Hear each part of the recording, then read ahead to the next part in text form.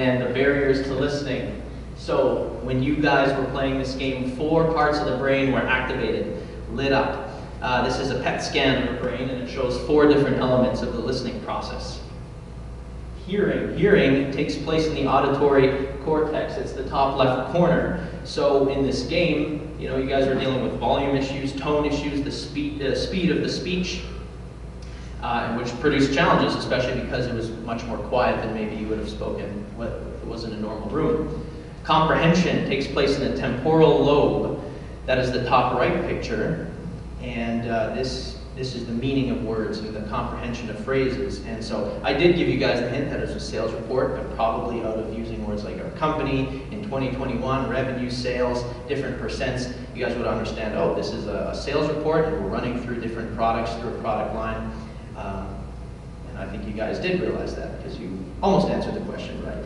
The third is interpretation. That takes place in Wernicke's area of the brain, and that is trying to decipher the meaning of a message. What is the right answers? What are the wrong answers? And so we do this by using repeating words, repeating phrases, right? What is the thing that is said throughout? What is where are we punctuating or accenting our speech? And does that have more importance than the rest of it? In this case, you would have heard that, oh, the numbers are all bigger for this one product line. Oh, and there's a second number, there's a second fact, right? So you would be able to reasonably say the best product line. And then the final area of the brain at work is responding. That takes place in Broca's area of speech, and this is just articulating the message forward. So these are the 4 focuses, and usually when we have barriers to listening, one of these areas of the brain, one of these images of the brain are inhibited in some way or another. And we all deal with different challenges, but there are essentially 2 different barriers when we're looking at it. First one is the 25-75 problem. This is a great thing to memorize. 25-75. We retain about 25% of what we hear. This also means that we're speaking only about 25% as fast as we think we are, and we're thinking 4 times faster than the words that are coming out of our own mouths or the words that are coming out of another person's mouth. So what does this look like? You're sitting in a chair, you're talking to someone, you're drifting, you're anxious, your leg is shaking, you're ready to finish the thought for them or respond before they even have the chance to finish their words, right? It's not listening, but we are consciously trying to get through the conversation, pursue the truth, etc. We're thinking about what we want to say. The idea behind this is essentially that we only spend a small portion of our brains focusing on listening. The others are distracting thoughts, potentially distracting thoughts. And it can come off as apathetic and uncaring based on our behavior. Second major barrier to listening is detouring. And detouring really is just the manifestation of this 25-75 problem. Detouring can be basically a phrase, a concept, or disagreement that derails our attention. So what I'm doing here, there's plenty of things I'm doing to communicate: body language, visual aid, my speech, and something I'm doing is derailing your attention ever so slightly. Maybe it's just my face, maybe it's my hair, something, I don't know. But there's other things I can do. Tapping of the pen, right? If I have a pen, or if I keep fidgeting with this clicker, or if I talk really closely to the mic, right? That's very, very distracting. Looking away, if I'm looking in the corners. I was at a speech at a meetup conference this weekend, and the guy just could not look at the audience. He would look in that corner, back and forth for 35 minutes straight. It was incredibly distracting.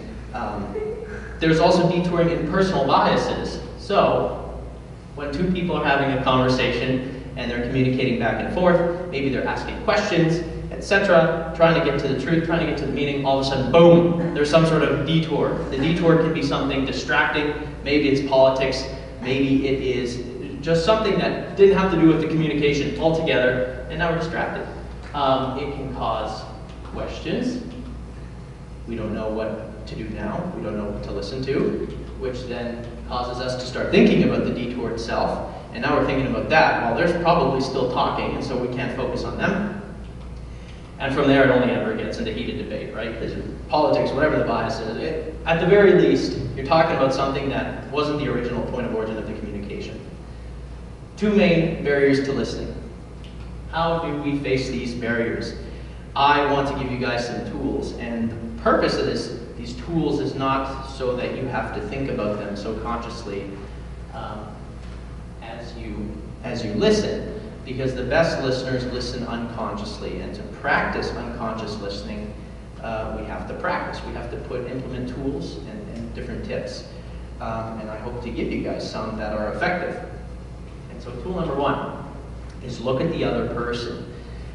When you look at a person, you look at their body language, and Luke is going to talk a bit about that later in his seminar, you see things that you wouldn't otherwise see. You understand the meaning of their message more so. Not only that, but it just does produce this empathetic glow in the other person by looking at a person. Right? You're thinking, oh, I'm giving them 100% of my focus. I'm getting 100% of their focus, even though it's probably only still 25% because it can only ever go so high. But it is a very fantastic tool. Tool number two is don't talk. Very simple. Psychologists, right? They realize, and this is in so much of their reading material, that sometimes the best help, the most help that you can offer is by providing no answers at all, just empathy, just listening. It's kind of the tool that they use for people to self-actualize. And so by someone getting off their message, right, sometimes they'll have the answer by the end of their talking time. You don't have to say a single word. It's very effective. Same thing there. They feel heard. They feel like they're getting your full attention when you don't talk. Third tool is don't think about what you say until you stop talking.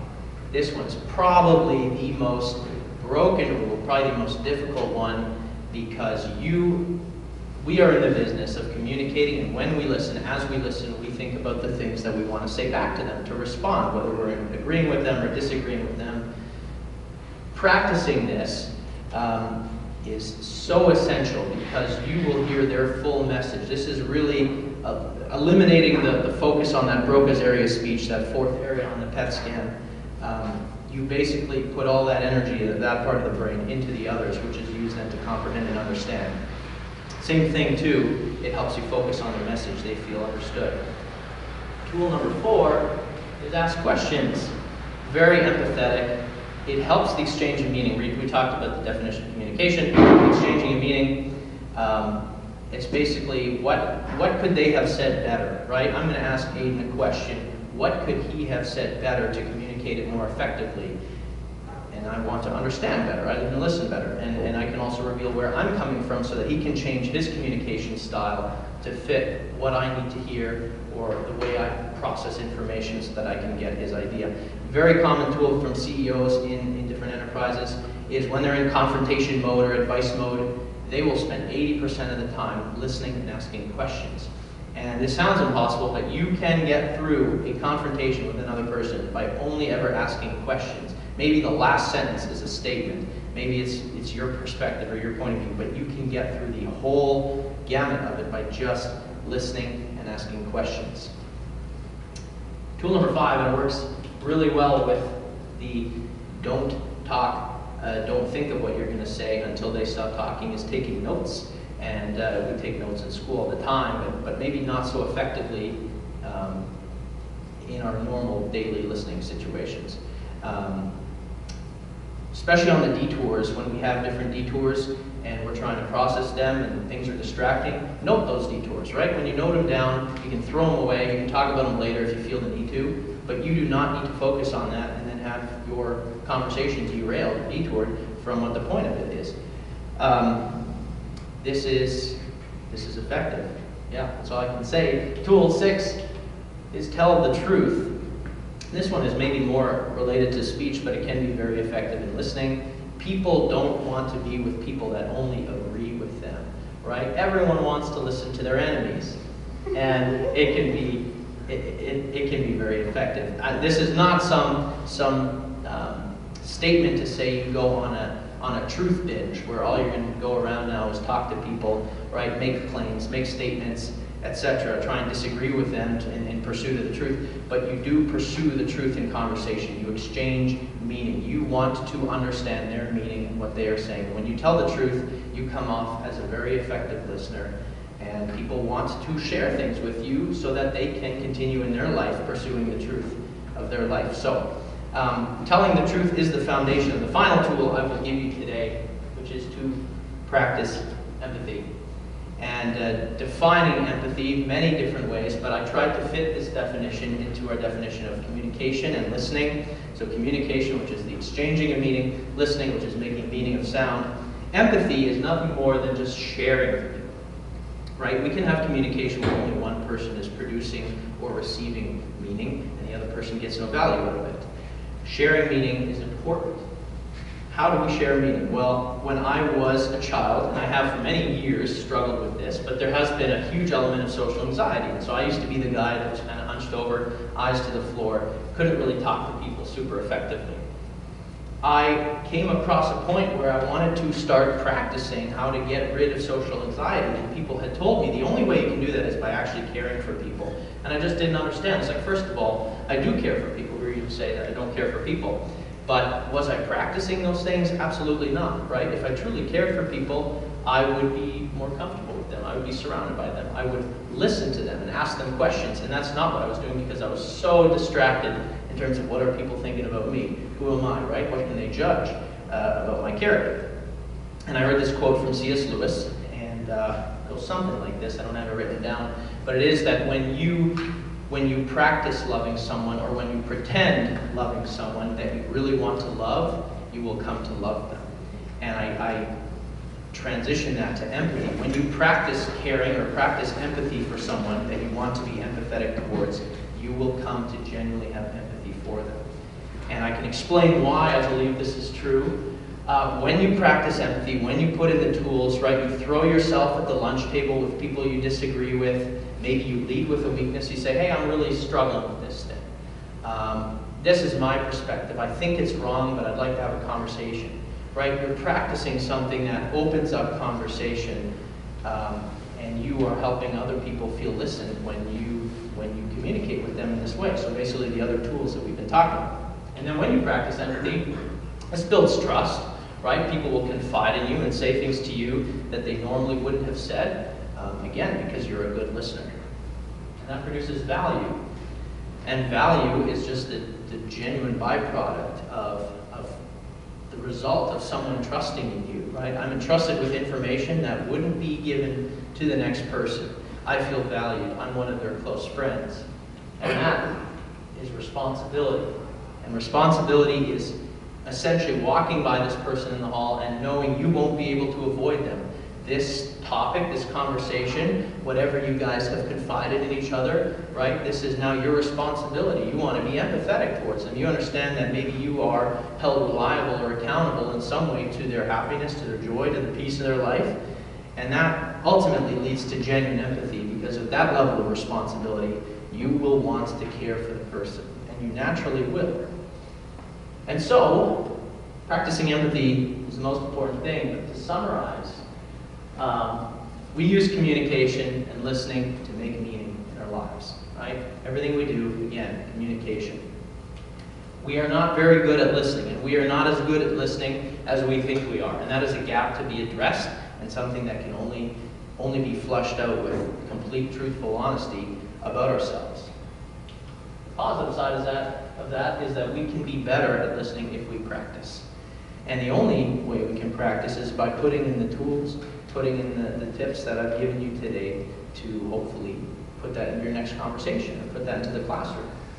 And then after we practice, it really doesn't matter, because in the end, we have to be people of empathy, and we can use the tools, we can use the tips to become those people, but you really do have to start caring for people, be genuine with them, listen to them. The world doesn't revolve around you, right? But I really do believe that empathy is a great tool to share meaning so that we can pursue the truth together. So with that, I will close, and there'll be a short break here, I think 10 minutes, depends how early I finished. I think the next one's at 1:35, and that is the first seminar. And then we'll be joined back with Jack, who will talk about visual aid. And there are refreshments in the back, and if you're here for chapel points, we'll put the clipboard out, and you can sign for this specific seminar. So thank you very much for listening.